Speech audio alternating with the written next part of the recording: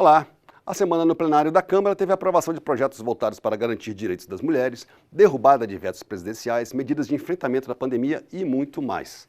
Vamos começar com a pauta feminina. O plenário concluiu a votação do pacote de projetos considerados prioritários pelas deputadas. Votações iniciadas na Semana da Mulher. Um dos projetos aprovados cria cota de 20% para mulheres nos concursos na área de segurança pública, o que inclui as polícias civil e militar dos estados. A proposta também aumenta de 120 para pelo menos 180 dias a licença maternidade dessas servidoras e estabelece diretrizes para diminuir as desigualdades entre homens e mulheres nas forças de segurança. É importante, sim, estabelecer 20% para vagas para as mulheres, principalmente para a execução de políticas públicas.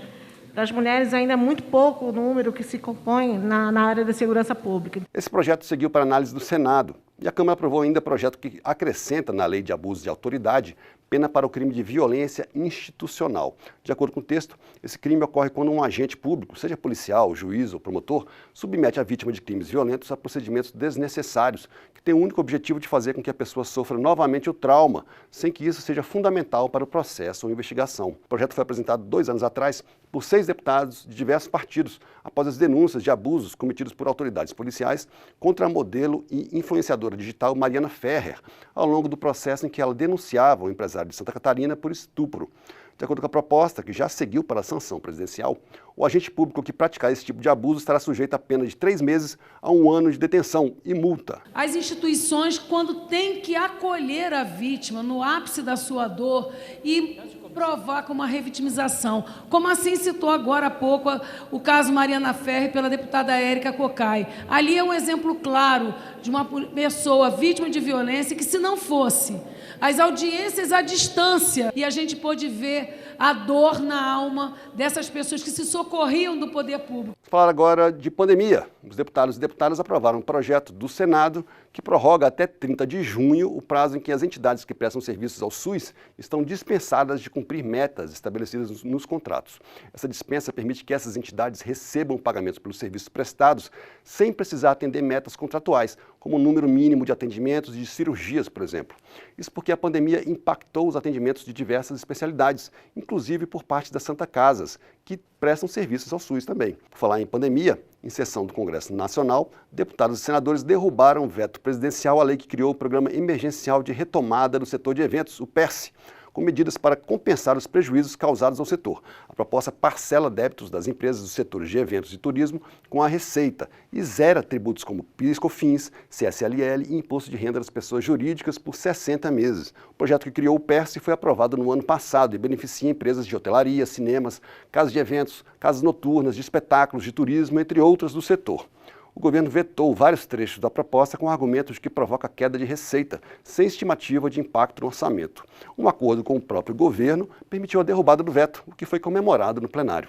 Esta Casa, no dia 7 de abril do ano passado, por unanimidade, aprovou o PES, o Programa Emergencial para o Setor de Eventos, por entender que é o setor, sem sombra de dúvidas, mais prejudicado nesta pandemia. Na mesma sessão, o Congresso derrubou outros vetos presidenciais. Um deles foi o projeto que suspende o prazo de validade dos concursos públicos por conta da pandemia.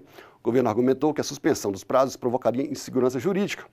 Outro foi o projeto que revoga trecho da lei que cria uma taxa de fiscalização a ser paga pelas empresas de transporte interestadual de passageiros. O MDB vai orientar não, para que nós possamos derrubar esse veto e, com isso, desonerar a tributação em cima das empresas de transporte interestadual, no sentido de diminuir os preços das passagens e até também diminuir o custo dessas empresas, tendo em vista o grande aumento de combustível, principalmente do diesel, que aconteceu nos últimos dias. Também foi derrubado o veto presidencial a trecho de medida provisória que permite a compra de milho com preços subsidiados por agricultores familiares, sem a exigência de documento que comprova a inclusão do produtor nessa categoria. Foi derrubado ainda o veto a trecho da lei que ficou conhecida como BR do Mar, que permitia regime diferenciado de tributação para empresas de transporte marítimo. Todos esses vetos foram apreciados em uma sessão do Congresso.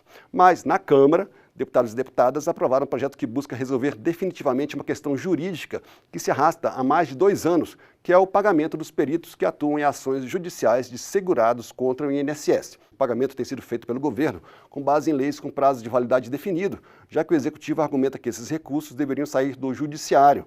O projeto aprovado regulamenta esses pagamentos pelo governo, suspensos desde setembro do ano passado. Mas teve polêmica. O projeto original do Senado se limitava a prever os pagamentos dos honorários pelo governo federal até 31 de janeiro de 2024. O relator do projeto na Câmara, o deputado Irã Gonçalves, acrescentou outras medidas. Uma delas estabelece que os custos da perícia serão de responsabilidade de quem perder a ação, com exceção dos casos em que o segurado tiver direito à justiça gratuita. A proposta também prevê uma série de exigências para que o segurado recorra à justiça contra a perícia feita pelo INSS em casos de benefícios por acidente de trabalho, aposentadoria por invalidez, por exemplo, o que gerou debate em plenário. Se pegou uma proposição que é consensual neste parlamento e se colocou no seu bojo aquilo que nega direitos de trabalhadores e trabalhadoras. E ali se introduziu um artigo 3º que é preciso que seja explicitado, que estabelece uma série de condições e a necessidade de uma série de documentos para o trabalhador recorrer de uma decisão do INSS. Veja, nós estamos aqui com um substitutivo que tira o direito ou limita o direito do acesso à justiça. Esses requisitos que estão colocados aqui para uma petição inicial são absolutamente normais, são corriqueiros, porque cabe a quem alega provar. Então, se uma pessoa busca a Justiça do Trabalho para dizer que teve uma perícia indeferida, ela tem que levar a prova de que a perícia foi indeferida. Mas o pior é o que está acontecendo nesse momento. Os segurados não têm acesso à perícia. E os peritos não têm acesso aos honorários. O projeto que regulamenta o pagamento dos peritos que atuam em ações contra o INSS seguiu para análise do Senado. Outro projeto aprovado, que também seguiu para o Senado, foi o que muda a maneira do poder público contratar serviços de comunicação digital e institucional, como gestão e produção de conteúdos para mídias digitais, assessoria de imprensa e relações públicas.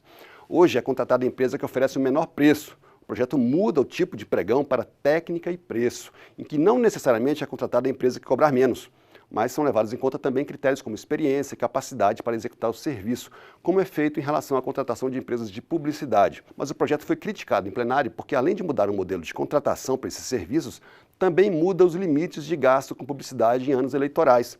Hoje é proibido fazer campanhas institucionais, como inauguração de obras, por exemplo, nos 3 meses antes das eleições. O projeto abre uma exceção para autorizar esse ano campanhas relativas ao enfrentamento da pandemia.